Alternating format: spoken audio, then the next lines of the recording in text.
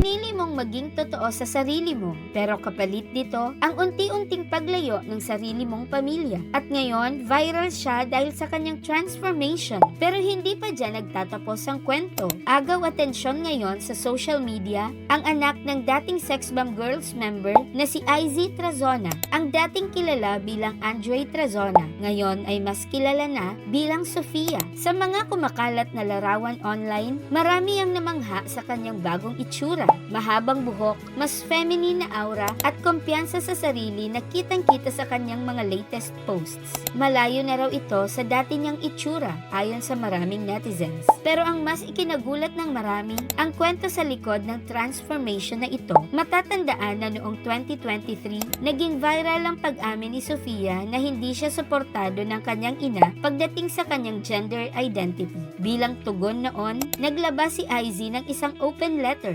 Sinabi niya na mahal niya ang kanyang anak, pero bilang isang magulang, hindi niya kayang suportahan ang mga bagay na sa tingin niya ay maaaring makasama rito, lalo na pagdating sa kanyang spiritual beliefs.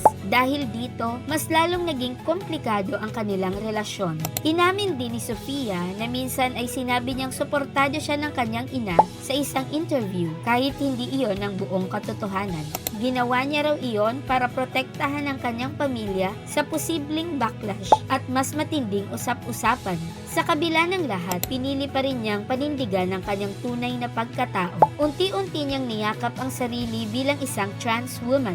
At ngayon, hindi lang ang kanyang itsura ang nagbago, pati ang kanyang confidence at presence ay kapansin-pansin na. Pero sa likod ng viral transformation na ito, may mas mabigat siyang pinagdadaanan. Ibinahagi ni Sofia na hindi na sila nagkikita ng kanyang ina. Ayon sa kanya, natatakot siya na baka hindi maganda ang maging reaksyon kung magkita sila ngayon. At gusto lang daw niya ay validation at acceptance. Kayo, anong masasabi niyo? Sa ganitong sitwasyon, mas mahalaga ba ang paniniwala ng pamilya o ang pagtanggap sa tunay na pagkatao ng isang mahal sa buhay? Comment your thoughts below. Pero sana ay manatiling respectful ang discussion. Bukod sa relasyon sa kanyang ina, ibinahagi rin ni Sofia ang lungkot na hindi na siya nakakadalo sa mga reunion at birthdays sa side ng kanyang mama. Dahil sa tuwing pupunta siya, ay nagiging sentro lamang siya ng usapan at tila pinagkakaisahan. At bilang isang anak, masakit ang ganitong sitwasyon. Sa social media, halo-halo ang reaksyon ng netizens. May mga humahanga sa kanyang tapang at confidence. May iba naman na mas nakatuon sa issue ng pamilya at acceptance. Pero isang bagay ang malinaw. Ang kwento ni Sofia ay hindi lang tungkol sa pagbabago ng itsura. Ito ay kwento ng tapang, pagkakakilanlan at patuloy na paghahanap ng pagtanggap. Minsan, ang pinakamahirap na laban ay maging totoo sa sarili. Lalo na kung may mga taong mahal mo na hindi pa handang umunawa. At sa kabila ng lahat, umaasa pa rin siya na balang araw